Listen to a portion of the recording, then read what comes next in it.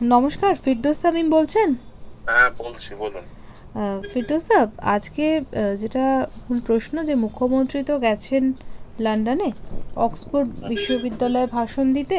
তার পাশাপাশি যে শিল্প সম্মেলন হচ্ছে ওখানে, বঙ্গ শিল্প সম্মেলন, এবং সেখানে মুখ্যমন্ত্রী রাজ্যের জন্য শিল্পের উন্নতির জন্য তিনি যোগদান করেছেন। এই যে মুখ্যমন্ত্রীর এই উদ্যোগ, এ নিয়ে আপনি কি বলবেন? দেখুন, রাজ্যের মুখ্যমন্ত্রীর ছবি হচ্ছে শিল্প মহলের কাছে তিনি শিল্প তাড়ুয়া। ফলে খুব স্বাভাবিকভাবেই কোনো শিল্পপতি মমতা বন্দ্যোপাধ্যায়ের আহ্বানে এখানে শিল্প স্থাপন করতে আসবেন, এটা কখনোই কেউই ভাবতে পারেন না। তার কারণ হচ্ছে রাজ্যের মুখ্যমন্ত্রী তিনি এই রাজ্য থেকে টাটার মতো শিল্পপতিকে তাড়িয়েছেন। তিনি এই রাজ্যে এমন কোনো পরিবেশ তৈরি করতে পারেননি যাতে শিল্প বান্ধব পরিস্থিতি তৈরি হওয়ার ফলে তার পরবর্তীতে যে শিল্পপতিরা এই রাজ্যের প্রতি আকৃষ্ট হবেন। উল্টে তিনি কিছু তোলাবাজ তৈরি করেছেন, কিছু দুষ্কৃতীদের তৈরি করেছেন, কিছু দুর্নীতিগ্রস্তদের তৈরি করেছেন। শিল্পপতিরা দমদম এয়ারপোর্টে নামার সঙ্গে সঙ্গে এই তোলাবাজেরা হাত পেতে দাঁড়িয়ে থাকে। ওই দেখবেন, ওই একটা জমি নেওয়া থেকে শুরু করে ওই জমিতে পাঁচিল তোলা পর্যন্ত এর এর সমস্ত এই যারা রয়েছে এর সব ভাই ভাই পোড়া, সব ওর আশেপাশে ঘোরার লোকজন যত যা রয়েছে আর কি। হ্যাঁ, তো তারা সব ওই দাঁড়িয়ে পড়বে। ফলে খুব স্বাভাবিক ভাবেই বুঝতেই পারছেন যে এই রাজ্যে শিল্প স্থাপন, সেটা কখনোই শিল্পপতিরা তারা যতই বলুন না কেন, যদি এই রাজ্যে সমস্ত কিছু রয়েছে, নদী রয়েছে, জলের সাপ্লাই রয়েছে খুব স্বাভাবিক ভাবেই, খনিজ সম্পদ রয়েছে, প্লেন ল্যান্ড রয়েছে, সমস্ত কিছু রয়েছে, মেধা সম্পদ রয়েছে, কিন্তু তারপরেও একটা কারণে আকৃষ্ট হয় না। তার কারণ শিল্প বান্ধব পরিস্থিতি মমতা বন্দ্যোপাধ্যায়ের সরকার তৈরি করে দিতে পারেনি। মুখ্যমন্ত্রী বলছেন সেখানে গিয়ে যে বাংলায় শিল্পের একদম যথার্থ পরিবেশ তৈরি হয়ে গেছে। এই যে বিষয়টা, এটা নিয়ে কি বলবেন? আরে, মুখ্যমন্ত্রী তো অ্যাডমিনিস্ট্রেটিভ সবাই গিয়ে বলেন তুই বাস স্ট্যান্ড নিয়ে কি করে, তুই তো বোম বাঁধিস, তাকে আবার এমএলএ মানে। ফলে এরকম একটা পরিস্থিতিতে যেখানে মুখ্যমন্ত্রী জানেন যে বোম বাঁধে, তাকে এমএলএ টিকিট দেন এবং এমএলএ বানান। সে তারপরে কি করে মানে আপনি আশা করতে পারেন যে এই রাজ্যে শিল্প বান্ধব পরিস্থিতি তৈরি হবে? আপনি কি করে আশা করতে পারেন যে রাজ্যের মুখ্যমন্ত্রী টাটার মতো শিল্পপতিকে এই রাজ্য থেকে তাড়িয়েছে, তার আহ্বানে শিল্পপতিরা শিল্প স্থাপন করতে আসবে? ফলে এই আশা করাটা বাতুলতা ছাড়া আর কিছুই না। মুখ্যমন্ত্রী বেসিক্যালি তিনি যা বলছেন সেটা তার মানে বলা কথা এবং কাজের মধ্যে কোনো সম্পর্ক নেই। আর মুখ্যমন্ত্রী আপনি সবকিছু দেখতে পাবেন, আপনি মেলা উদ্বোধন করতে দেখতে পাবেন, খেলা উদ্বোধন করতে দেখতে পাবেন, কিন্তু কখনোই তাকে আপনি দেখতে পাবেন না একটা শিল্প কারখানার উদ্বোধন করছে। এই অবস্থায় দাঁড়িয়ে আপনি যেটা বলতে আমি বলতে পারি সেটা হচ্ছে মুখ্যমন্ত্রী রাজ্যের শিল্প স্থাপন তিনি তার আহ্বানে অন্ততপক্ষে হবে না, এটা এটুকু বলাই যায়। তার কারণ হচ্ছে তিনি নিজেই চাননি, নিজেই তাড়িয়েছেন শিল্পকে, নিজেই শিল্পের একেবারে শিল্প বান্ধব পরিস্থিতি তৈরি করতে পারেননি। ফলে শিল্প স্থাপন ও বেসিক্যালি মমতা বন্দ্যোপাধ্যায় লন্ডনে ঘুরতে যাওয়ার ইচ্ছা হয়েছে, অনেকদিন ঘুরতে যাননি, ঘুরতে গেছেন। কিছু আগেকার দিনে রাজা রাজারা তাদের ওই পারিষদ নিয়ে ঘুরতে যেত, এখন মমতা বন্দ্যোপাধ্যায় কিছু ওনাকে যারা তেল তেল তেল মারেন তাদের নিয়ে ঘুরতে গেছে। মুখ্যমন্ত্রী প্রতিদিন সকালে লন্ডনে ঠান্ডার মধ্যে মর্নিং ওয়াক করে একটা বার্তা দেওয়ার চেষ্টা করছেন। এ নিয়ে কি বলবেন? মর্নিং ওয়াক করে কি মানে শিল্পপতিদের কি বার্তা হবে? এবং মুখ্যমন্ত্রী মর্নিং ওয়াক করে তার নিজের শরীর স্বাস্থ্য ভালো থাকতে পারে, তাতে কি রাজ্যের শরীর স্বাস্থ্য ভালো হবে না রাজ্যের শিল্প পরিস্থিতি ভালো হবে? ফলে মুখ্যমন্ত্রী লন্ডনে গেছেন, নিশ্চিতভাবে তিনি লন্ডনে গেছেন, ঘুরতে গেছেন, তো মর্নিং ওয়াক করছেন, সকাল সকালবেলাটা এনজয় করছেন, এটুকুই। তিনি এনজয় করতে গেছেন, এনজয় করছেন।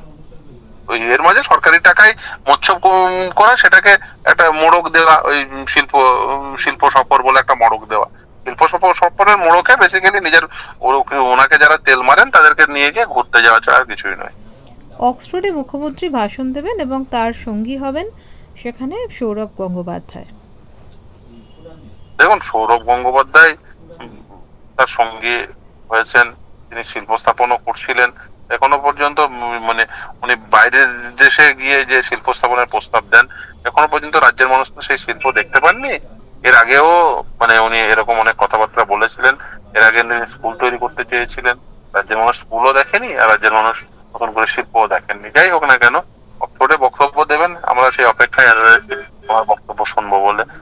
বক্তব্যের ভিডিও হলে আপনারা আপলোড করে দেবেন, রাজ্যবাসী শুনুক আমরা কোন মুখ্যমন্ত্রী আমরা নির্বাচিত করেছি। রাজ্যের মানুষও বোঝা দরকার যে অক্সফোর্ডে গিয়ে কেমন বক্তৃতা দেয়, তো দেখা দেখা এবং বোঝা উভয়ই দরকার। বলে আমরা অপেক্ষায় রয়েছি মুখ্যমন্ত্রীর সেই বক্তব্যের। ফিরদৌস স্যার, একটা অন্য প্রসঙ্গে কথা বলতে চাইবো, সেটা হচ্ছে যে সিআইএসএফ কর্মী তারা চিনার পার্কে একটি বাড়িতে রেড করেছিল এবং সেখানে জানা যায় যে তারা পরবর্তীকালে জানা যায় যে যারা রেড করেছিল তারা হচ্ছে সিআইএসএফ কর্মী। তো স্বভাবতই তাদের বিরুদ্ধে ডাকাতির যে মামলা দেওয়া হয়েছে এবং তাদেরকে সেই ধারায় অ্যারেস্ট করা হয়েছে এবং তাদের মধ্যে একজন মহিলা রয়েছেন যিনি আরজি করের যে সিআইএসএফ পোস্টিং ছিল সেখানকার তিনি ডিউটিরত ছিলেন। তাহলে এই যে কেন্দ্রীয় বাহিনী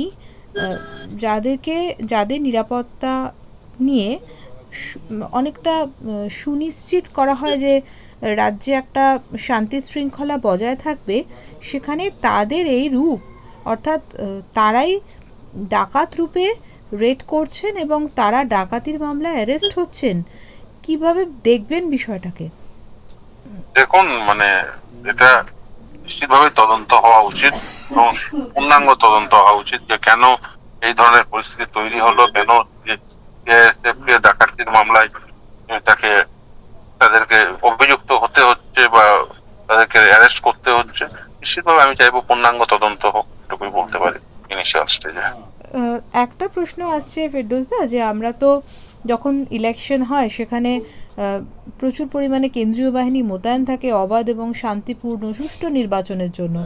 সেখানে এই পরিস্থিতি যদি কেন্দ্রীয় বাহিনী বলুন বা সিআইএসএফ এর হয়, তাহলে নির্বাচনটা তাহলে কিসের ভিত্তিতে হয়? ভারতবর্ষে নির্বাচন কেমন হয় সেটা তো মানে বিশেষ করে পশ্চিমবঙ্গে সে তো বেশ কিছু বছরে দেখাই গেছে। তো নিশ্চিতভাবে চাইবো যে দেখুন, হয়তো কিছু জনের বিরুদ্ধে অভিযোগ থাকতেই পারে, কিন্তু সকলেই যে খারাপ সেটাও মনে করি না, কিন্তু নিশ্চিতভাবেই এর তদন্ত হওয়া উচিত। আর ভারতবর্ষের নির্বাচন যতক্ষণ পর্যন্ত নির্বাচক মন্ডলী না চাইবেন ততক্ষণ পর্যন্ত সুস্থ হতে পারে না। নির্বাচক মন্ডলী যারা, তাদের চাইতে হবে যে সুস্থ স্বাভাবিক ফেয়ার ইলেকশন হোক, তাহলেই হবে। আর আমি সকলকে আহ্বান করবো যাতে সুস্থ ভোট হয়, যেন রাজনৈতিক দলগুলোকেও কিন্তু আগিয়ে আসতে হবে, না হলে কিন্তু আপনারাই সাফার করবেন সব থেকে বেশি।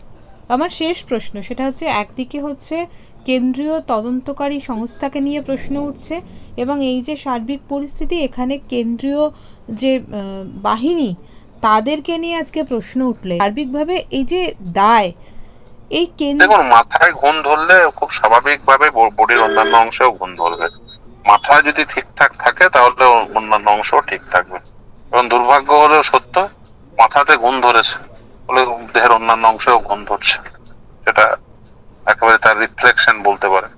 ফলে আমি আলটিমেটলি জনগণেরই দায়ী, আমি জনগণকেই বলবো আপনারা ওই মাথায় যাতে ঘুণ না ধরে তার সুবন্দোবস্ত করুন, এটুকুই বলতে পারি। ধন্যবাদ ফিরদৌস, অনেক ধন্যবাদ।